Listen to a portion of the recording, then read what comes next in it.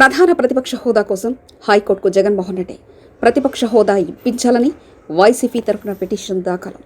YCP అధినేత మాజీ ముఖ్యమంత్రి జగన్ హైకోర్టు మెట్లెక్కారు. అసెంబ్లీలో ప్రధాన ప్రతిపక్ష హోదా ఇప్పించాలని కోరుతూ ఆయన వైసీపీ తరఫున పిటిషన్ దాఖలైంది.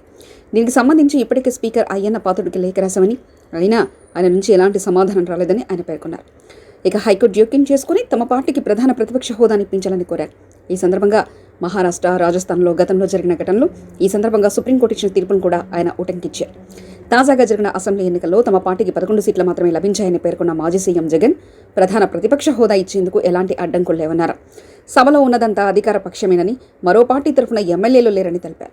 తెలుగుదేశం, బీజేపీ, జనసేన పార్టీలు కలిసి ప్రభుత్వాన్ని ఏర్పాటు చేసుకున్నాయన్నారు. ఈ క్రమంలో ఉన్న 11 మంది ప్రతిపక్షం వైసీపీ తరఫున ఉన్నారని తెలిపారు. మరో పార్టీ లేనందున ప్రధాన ప్రతిపక్ష హోదాను తమకు ఇవ్వాల్సి ఉంటుందని వివరించారు. దీనికి సంబంధించి ఎలాంటి నిబంధనలు లేవని వివరించారు.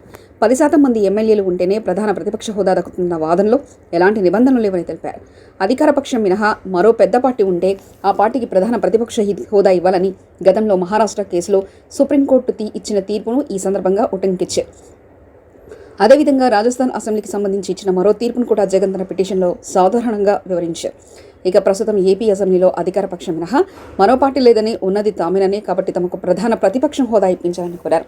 ఇదే సమయంలో ప్రధాన ప్రతిపక్ష హోదా లేకపోతే ఏం జరుగుతుందో కూడా తెలిపారు. ప్రధాన ప్రతిపక్ష హోదా దక్కితే సభలో ప్రజల తరఫున మాట్లాడే అవకాశం హక్కుగా మారుతుందని, మైకిచ్చే పొందే అవకాశం కూడా హక్కుగా మారుతుందని పేర్కొన్నారు. ప్రధాన ప్రతిపక్ష హోదా లేకపోతే ప్రజల తరఫున సమస్యను ప్రస్తావించే అవకాశం కోల్పోతామని, ప్రజలు తమను ఎన్నుకున్నందుకు ప్రజాస్వామ్యంలో తమ బాధ్యతలు తాము నిర్వర్తించలేకపోతామని, ఈ నేపథ్యంలో ప్రధాన ప్రతిపక్ష హోదాను తమకిప్పించాలని జగన్ తన పిటిషన్లో కోర్టును అభ్యర్థించారు. మరిన్ని కథనాల కోసం సబ్స్క్రైబ్ చేసుకోండి మీ అక్షర శిల్పం.